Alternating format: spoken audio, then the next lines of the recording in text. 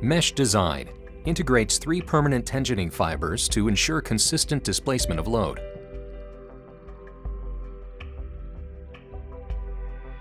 Longer sling arms improves ease of use in larger patients.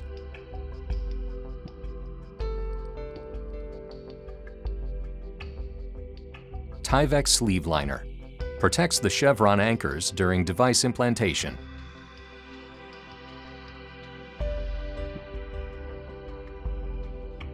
Chevron anchoring mechanism increases acute holding power of the sling.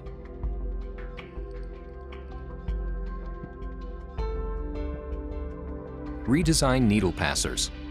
Reshaped wire form better accommodates the male transobturator procedure.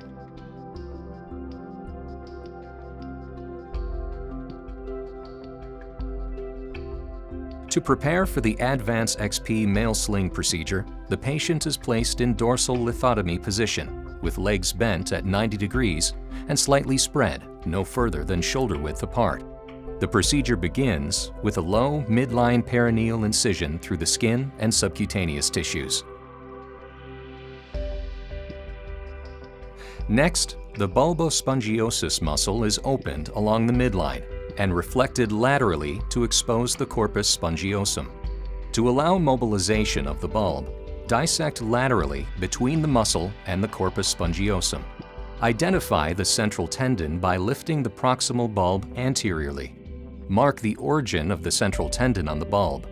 Gradually incise the fibrous portion of the central tendon, pausing frequently to check for bulb mobility until a 2 to 4 centimeter proximal displacement can be achieved.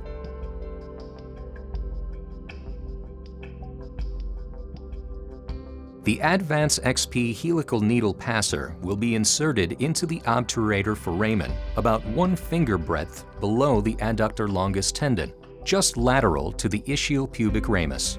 To identify the proper insertion site, palpate the inferior pubic ramus and feel for the bony landmarks. Make a small stab incision at each needle entry point. The first step in sling placement is to insert the AdVance XP needle passer. To insert, hold the needle passer at a 45-degree angle. Place a finger of the opposite hand into the perineal incision to receive the needle and protect the urethra. Insert the needle tip straight through the obturator foramen. After 2 pops are felt, stop advancing the needle and drop the needle handle toward the midline to align the needle path. Rotate the needle until the tip meets your finger and bring the needle tip high into the perineal incision.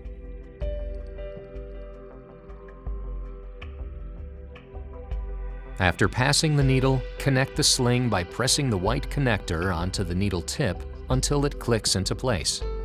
Make sure the blue dot is facing away from the urethra. Once connected, draw the sling out the stab incision by rotating the needle back along the insertion pathway. Pull only enough to bring the center of the sling to the patient's midline.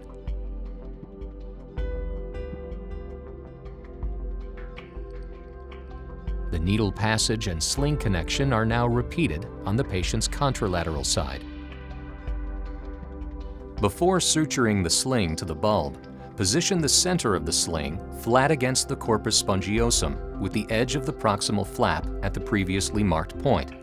Tack the center portion of the sling to the corpus spongiosum proximally and distally using resorbable suture. The suture should pass through the mesh at least 2 pores from the edge of the sling to ensure sufficient fixation.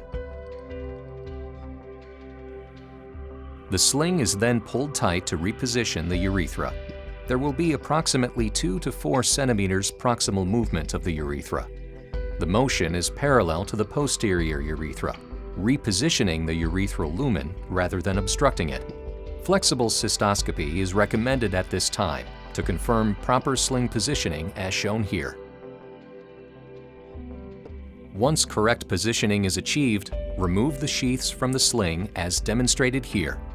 Pull the sheaths perpendicular to the patient's abdomen, avoiding creating acute angles of the sling arm during removal. Note the sheaths are comprised of 2 layers, a plastic outer portion, and an inner protective Tyvek liner.